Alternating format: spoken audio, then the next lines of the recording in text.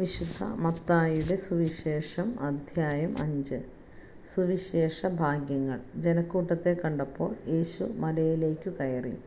അവൻ ഇരുന്നപ്പോൾ ശിഷ്യന്മാർ അടുത്തെത്തി. അവൻ അവരെ പഠിപ്പിക്കാൻ തുടങ്ങി.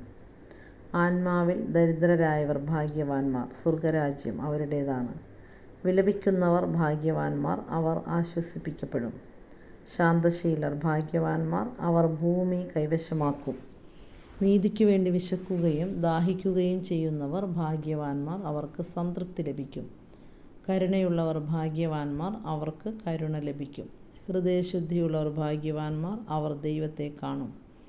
സമാധാനം സ്ഥാപിക്കുന്നവർ ഭാഗ്യവാന്മാർ, അവർ ദൈവപുത്രന്മാരെന്ന് വിളിക്കപ്പെടും. നീതിക്കു വേണ്ടി പീഡനമേൽക്കുന്നവർ ഭാഗ്യവാന്മാർ, സ്വർഗരാജ്യം അവരുടേതാണ്. എന്നെപ്രതി മനുഷ്യർ നിങ്ങളെ അവഹേളിക്കുകയും പീഡിപ്പിക്കുകയും എല്ലാവിധ തിന്മകളും നിങ്ങൾക്കെതിരെ വ്യാജമായി പറയുകയും ചെയ്യുമ്പോൾ നിങ്ങൾ ഭാഗ്യവാന്മാർ. നിങ്ങൾ ആനന്ദിച്ചാഹ്ലാദിക്കുവിൻ.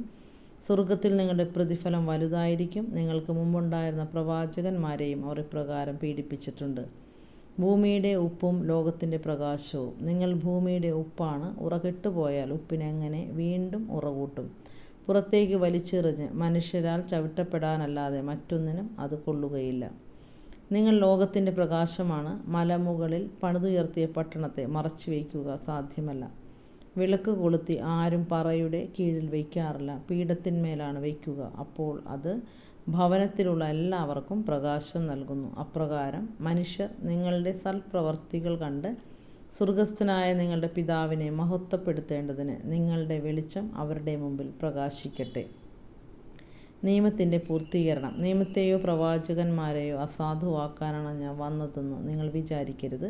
അസാധുവാക്കാനല്ല, പൂർത്തിയാക്കാനാണ് ഞാൻ വന്നത്. ആകാശവും ഭൂമിയും കടന്നു പോകുന്നതുവരെ സമസ്തവും നിറവേറുവോളം നിയമത്തിൽ നിന്ന് വള്ളിയോ പുള്ളിയോ മാറുകയില്ലെന്ന് സത്യമായി ഞാൻ നിങ്ങളോട് പറയുന്നു. ഈ പ്രമാണങ്ങളിൽ ഏറ്റവും നിസ്സാരമായ ഒന്ന് ലംഘിക്കാൻ മറ്റുള്ളവരെ പഠിപ്പിക്കുകയോ ചെയ്യുന്നവൻ സ്വർഗരാജ്യത്തിൽ ചെറിയവനെന്ന് വിളിക്കപ്പെടും. എന്നാൽ അതനുസരിക്കുകയും പഠിപ്പിക്കുകയും ചെയ്യുന്നവൻ സ്വർഗരാജ്യത്തിൽ വലിയവനെന്ന് വിളിക്കപ്പെടും.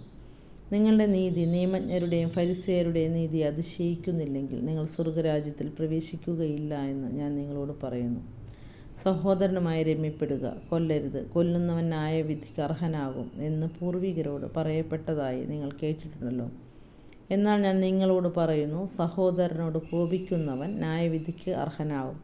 സഹോദരനെ ഭോഷ എന്ന് വിളിക്കുന്നവൻ ന്യായാധിപ സംഘത്തിന് മുമ്പിൽ നിൽക്കേണ്ടി വരും. വിഡ്ഢി എന്ന് വിളിക്കുന്നവനാകട്ടെ നരകാഗ്നിക്ക് ഇരയായിത്തീരും. നീ ബലിപീഠത്തിൽ കാഴ്ചയർപ്പിക്കുമ്പോൾ നിന്റെ സഹോദരന് നിന്നോട് എന്തെങ്കിലും വിരോധമുണ്ടെന്ന് അവിടെ വെച്ച് ഓർത്താൽ കാഴ്ചവസ്തു അവിടെ ബലിപീഠത്തിന് മുമ്പിൽ വെച്ചിട്ട് പോയി സഹോദരനോട് രമ്യതപ്പെടുക. പിന്നെ വന്ന് കാഴ്ചയർപ്പിക്കുക. നീ പ്രതിയോഗിയോട് വഴിക്ക് വെച്ച് തന്നെ വേഗം രമ്യതപ്പെട്ടുകൊള്ളുക. അല്ലെങ്കിൽ പ്രതിയോഗി നിന്നെ ന്യായാധിപൻ സേവകനെ ഏൽപ്പിച്ചു കൊടുക്കും. അങ്ങനെ നീ കാരാഗൃഹത്തിൽ അടയ്ക്കപ്പെടും. അവസാനത്തെ ചില്ലിക്കാശും കൊടുത്തു വിട്ടുപോളം നീ അവിടെ നിന്ന് പുറത്തു വരികയില്ലെന്ന് സത്യമായി ഞാൻ നിന്നോട് പറയുന്നു. വ്യഭിചാരം ചെയ്യരുതെന്ന് കൽപ്പിച്ചിട്ടുള്ളത് നിങ്ങൾ കേട്ടിട്ടുണ്ടല്ലോ. എന്നാൽ ഞാൻ നിങ്ങളോട് പറയുന്നു, ആസക്തിയോടെ സ്ത്രീയെ നോക്കുന്നവൻ ഹൃദയത്തിൽ അവളുമായി വ്യഭിചാരം ചെയ്തു കഴിഞ്ഞു.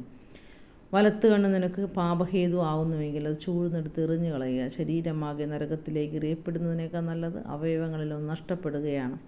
വലത്തുകരം നിനക്ക് പാപഹേതു ആവുന്നുവെങ്കിൽ അത് വെട്ടി ദൂരെ എറിയുക. ശരീരമാകെ നരകത്തിൽ പതിക്കുന്നതിനേക്കാൾ നല്ലത് അവയവങ്ങളിലൊന്ന് നഷ്ടപ്പെടുന്നതാണ്.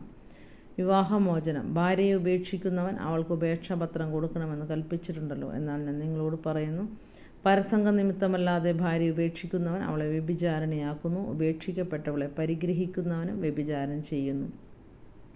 ആണയിടരുത്, വ്യാജമായ ആണയിടരുത്. കർത്താവിനോട് ചെയ്ത ശപഥം നിറവേറ്റണം എന്ന് പൂർവികരോട് കൽപ്പിച്ചിട്ടുള്ളതായി നിങ്ങൾ കേട്ടിട്ടുണ്ടല്ലോ. എന്നാൽ ഞാൻ നിങ്ങളോട് പറയുന്നു, ആണയിടുകയേ അരുത്. സ്വർഗത്തെ കൊണ്ട് ആണയിടരുത്, അത് ദൈവത്തിൻ്റെ സിംഹാസനമാണ്. ഭൂമിയെ കൊണ്ടുമരുത്, അത് അവിടുത്തെ പാദപീഠമാണ്. ജെറൂസലേമിനെ കൊണ്ടുമരുത്, അത് മഹാരാജാവിൻ്റെ നഗരമാണ്. നിന്റെ ശിരസ്സിനെ കൊണ്ടും ആണയിടരുത്. അതിലെ ഒരു മുടി വെളുപ്പിക്കാനോ കറുപ്പിക്കാനോ നിനക്ക് സാധിക്കുകയില്ല. നിങ്ങളുടെ വാക്ക് അതെ അതെ എന്നോ അല്ല അല്ല എന്നോ ആയിരിക്കട്ടെ. ഇതിനപ്പുറമുള്ള ദുഷ്ടനിൽ നിന്ന് വരുന്നു. തിന്മയെ നന്മ കൊണ്ട് ജയിക്കുക. കണ്ണിന് പകരം കണ്ണ്, പല്ലിന് പകരം പല്ല് എന്ന് പറഞ്ഞിട്ടുള്ളത് നിങ്ങൾ കേട്ടിട്ടുണ്ടല്ലോ. എന്നാൽ ഞാൻ നിങ്ങളോട് പറയുന്നു, ദുഷ്ടനെ എതിർക്കരുത്, വലത്ത് കരണത്തടിക്കുന്നവനെ മറ്റേ കരണം കൂടി കാണിച്ചു കൊടുക്കുക. നിന്നോട് വ്യവഹരിച്ച് നിന്റെ ഉടുപ്പ് കരസ്ഥമാക്കാൻ ഉദ്യമിക്കുന്നവന് മേലങ്കി കൂടി കൊടുക്കുക. 1 മൈൽ ദൂരം പോകാൻ നിന്നെ നിർബന്ധിക്കുന്നവനോട് കൂടെ 2 മൈൽ ദൂരം പോവുക. ചോദിക്കുന്നവന് കൊടുക്കുക, വായ്പ വാങ്ങാൻ ഇച്ഛിക്കുന്നവനിൽ നിന്ന് ഒഴിഞ്ഞു മാറരുത്. ശത്രുക്കളെ സ്നേഹിക്കുക, അയൽക്കാരനെ സ്നേഹിക്കുക, ശത്രുവിനെ ദ്വേഷിക്കുക എന്ന് പറഞ്ഞിട്ടുള്ളത് നിങ്ങൾ കേട്ടിട്ടുണ്ടല്ലോ.